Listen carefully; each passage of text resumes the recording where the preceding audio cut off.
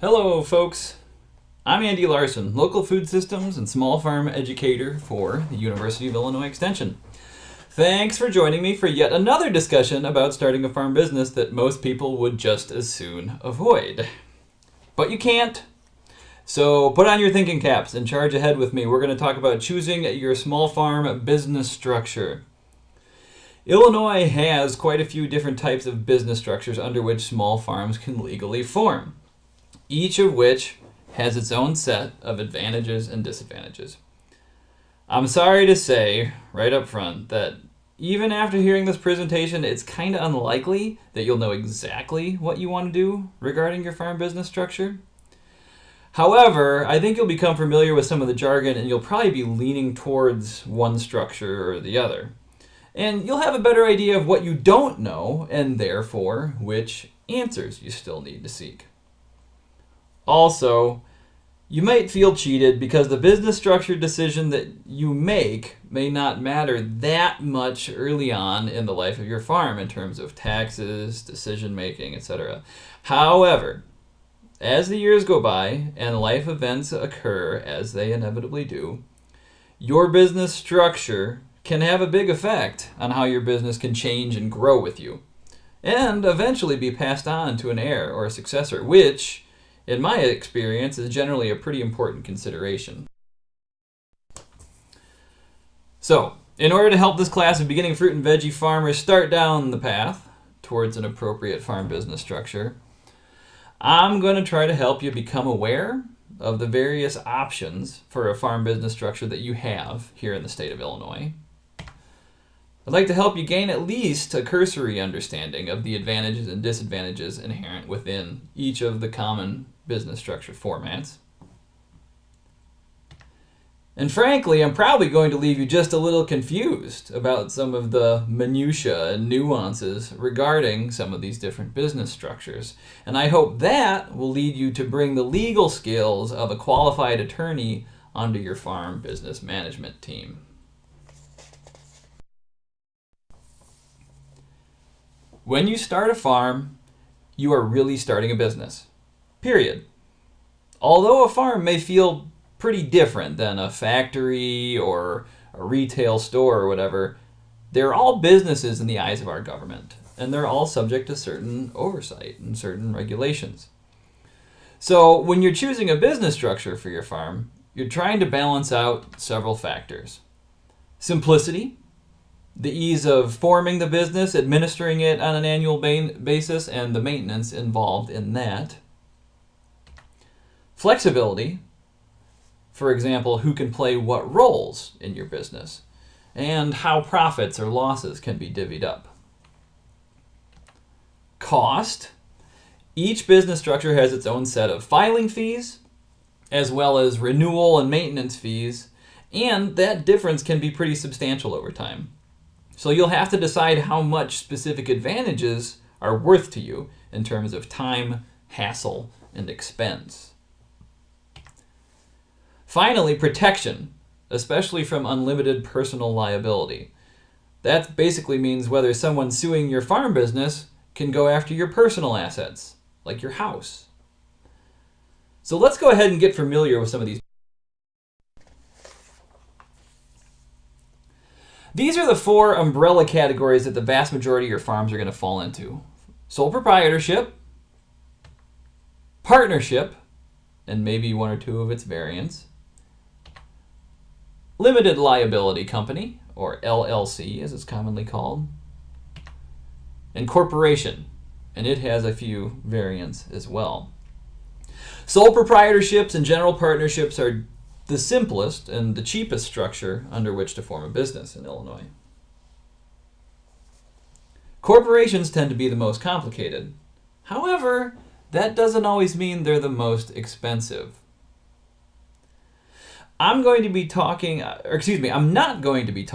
in any detail about cooperatives or not-for-profit corporations because neither of these is really a very appropriate business structure to choose for a standard fruit and vegetable farm that's formed for the purpose of producing and selling produce in Illinois. Co-ops and not-for-profits are complex. and they're expensive both to create and to maintain. So if the primary purpose of your intended farm business is education or charity, if that's what you're really in business for, then you might want to talk to someone about a not-for-profit type of setup. If the primary purpose of your farm business is to provide business services to a group of 11 or more Illinois farmers, marketing, for example, then an agricultural cooperative may indeed be worth considering. However, both of these structures are beyond the scope of this particular presentation. So, the sole proprietorship.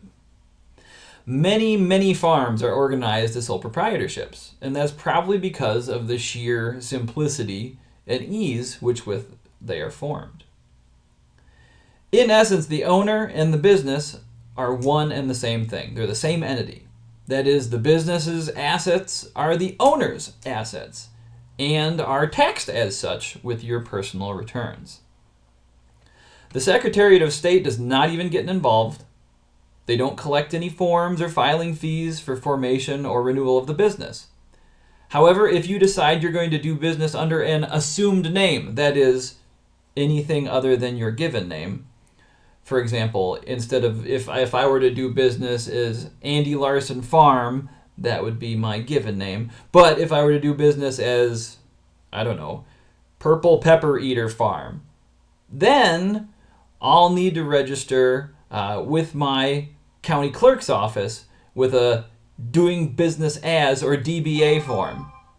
That'll register your assumed name. There is a small fee associated with this in some counties, and you will be required to publish your intention to operate under that assumed name in the legal notices section of your newspaper for 3 consecutive weeks. It may sound kind of silly, but it's a small price to pay compared to the hoops you have to jump through for other types of business structures.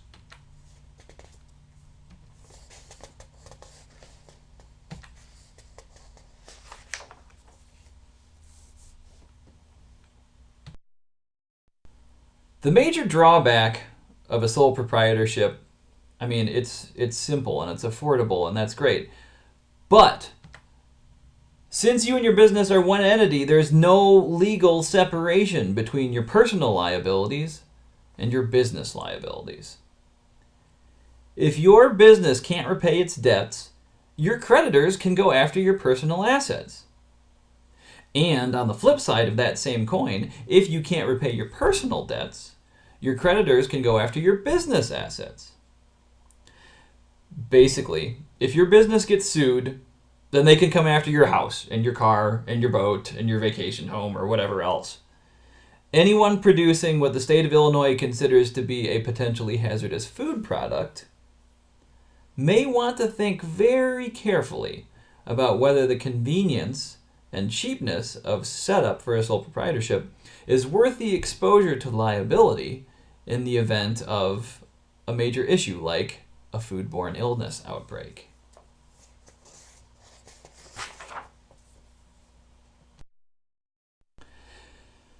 Partnership. Partnerships are, put it simply, it's a sole proprietorship with 2 equal owners. So a partnership is technically called a general partnership. And again, the business taxes are done on the owner's returns. So no legal separation between the business entity and the personal entity. And once again, an assumed name registration goes through the county clerk rather than the Secretary of State. One thing to note, both owners have equal authority to make decisions and act on behalf of the business, including entering into business relationships that impose debts or obligations on the partnership. You need to make sure you trust your partner fully and completely for their competence in making business decisions, because you are liable for any bad calls they could make.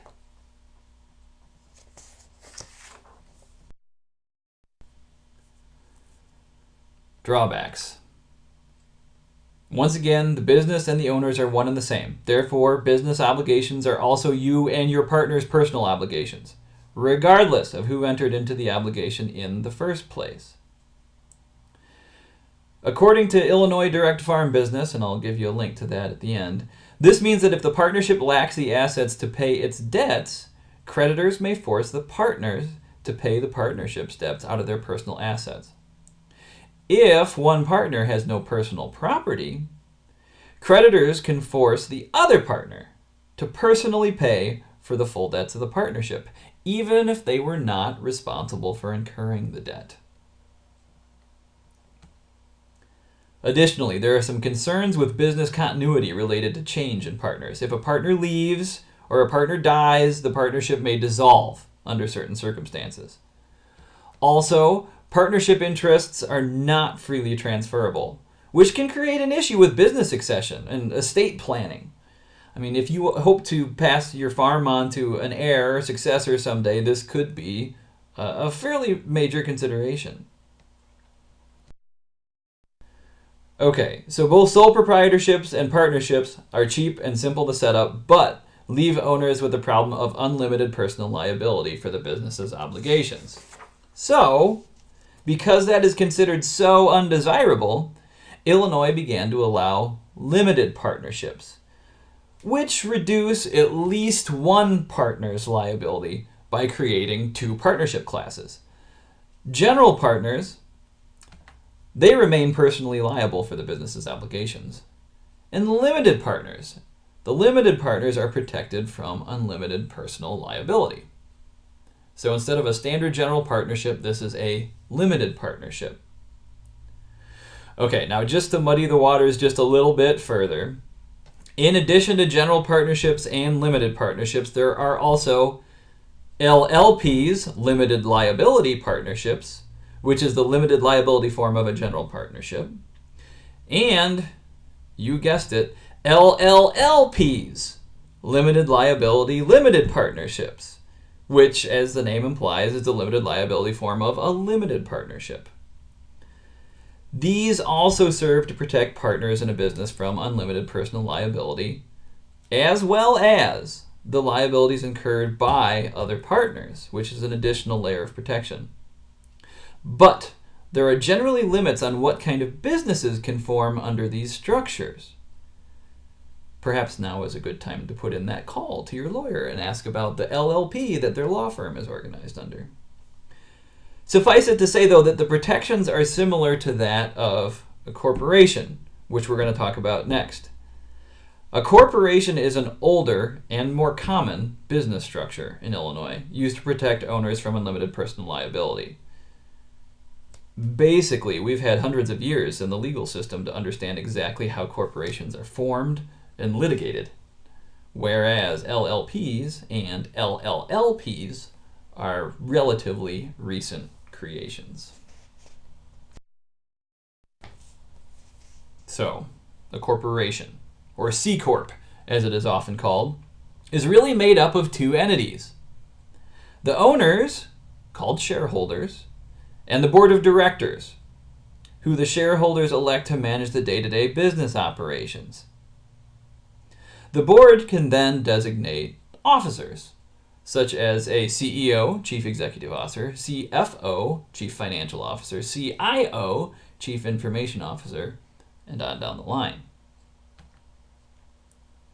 A corporation is organized as an entirely separate legal entity from its owners, which means that the personal assets of the owners, of the shareholders, are protected in the event that the business has obligations it cannot repay, which is a big plus for those owners or shareholders.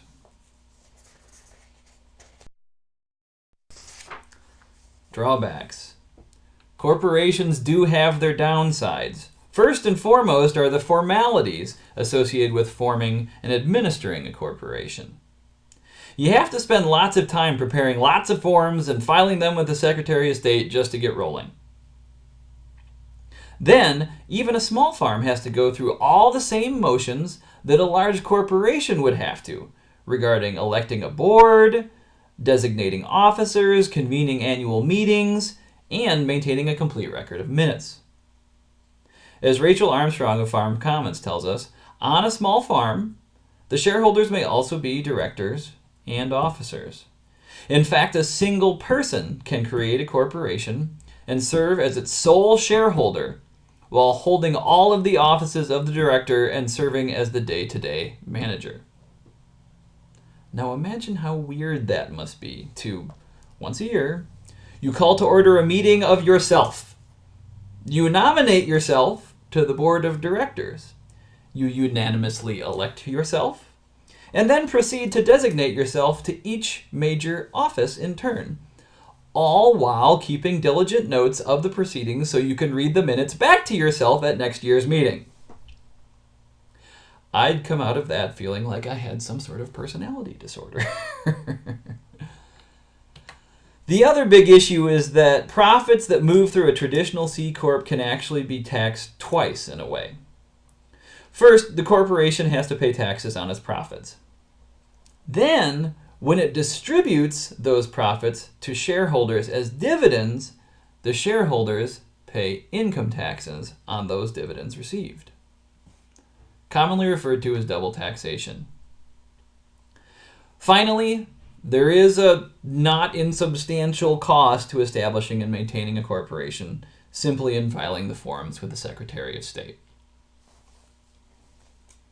You might be able to get by with $181.25 and avoid the expedited fee, but if you're going to do it online, you're going to get that expedited fee anyway, plus $75 a year to file that annual report.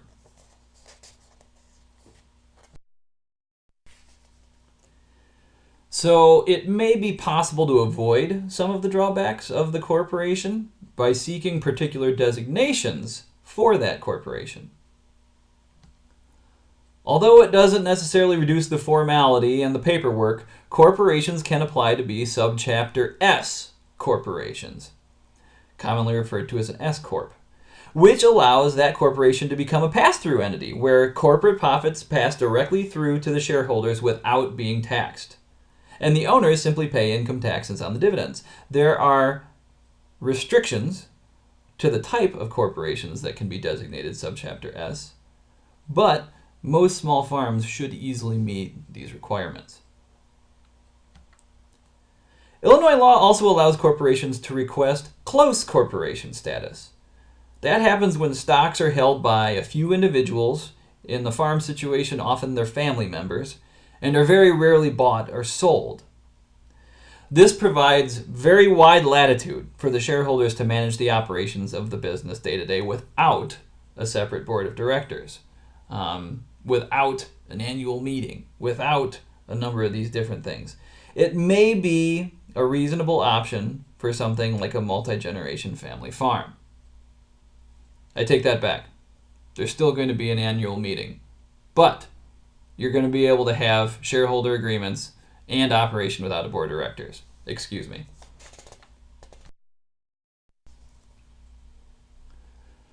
So people like the simplicity of sole proprietorships and partnerships, as well as the protection from unlimited personal liability afforded by corporations. So they created a hybrid business structure that gets some of the best of both of these worlds. Enter the Limited Liability Company, or LLC. LLCs are simple to start, with just a few forms to the Secretary of State, and they are considered exceptionally flexible regarding who can be an owner member, how profits and loss can be distributed, and business continuity. Just like a corporation, members are protected from unlimited personal liability because the LLC is formed as an entirely separate legal entity from the members. But, just like a partnership, LLCs are a pass-through entity, so profits are not subject to double taxation like they are as a C Corp. On top of this, there is no absolute legal requirement for annual meetings, board of directors, etc. But nonetheless, these are really pretty good business practices for keeping a record of what transpired with the business, so you might consider doing them anyway.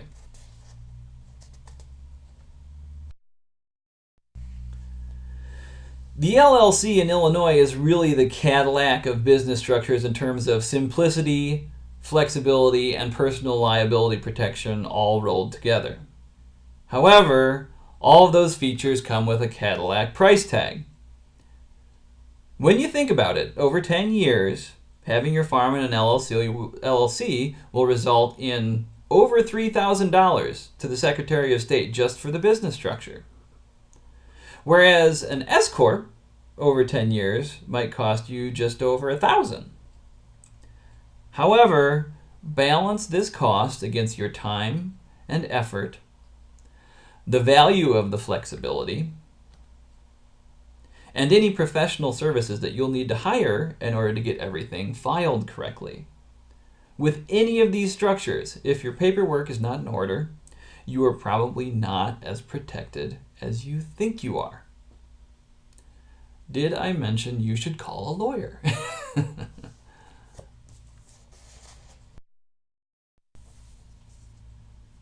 That's all I'm going to throw at you for now. I know this may have seemed like a whirlwind introduction to a fairly complicated arena of farm business structures. But let me reiterate some of the take-home points that I want to stick with you. First, when selecting a farm business structure, choose the best balance of simplicity, flexibility, cost, and protection from unlimited personal liability.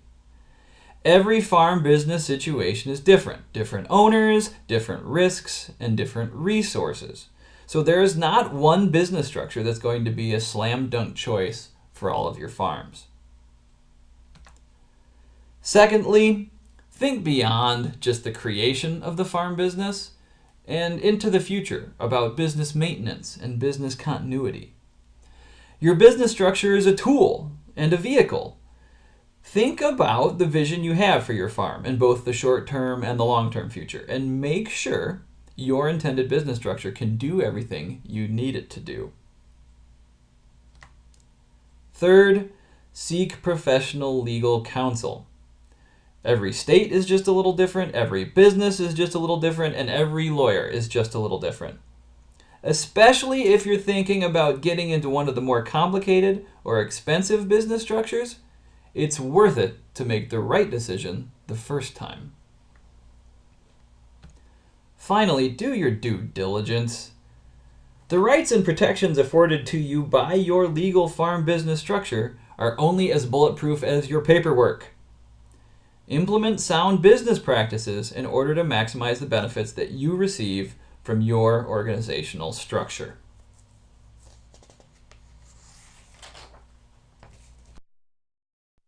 A few resources on this topic I'd like to mention. Farm Commons, Rachel Armstrong up in Wisconsin, is a not-for-profit that is organized specifically to do legal education for small and sustainable farmers, an incredible resource for these kind of things. She even has an archived webinar on exactly this topic. And the link is there on your screen. IllinoisDirectFarmBusiness.org is a publication created by some legal professionals down on campus in Champaign and does a really decent job of explaining some of the differences between these structures and the advantages and disadvantages of each. The Illinois Secretary of State's website has a business services page where you can find most of the forms, guides, and fees for each of these different types of business structures in the state of Illinois. They even have this nifty little guide for organizing domestic LLCs. I know a number of you are probably going to consider the LLC structure. This is a good guide for you to look into to make sure you do it right. And finally, your local legal and tax professionals are essential resources for starting up your farm business structure and your farm in general. If you don't already have legal counsel and tax counsel in place as part of your farm management team, get them as soon as possible.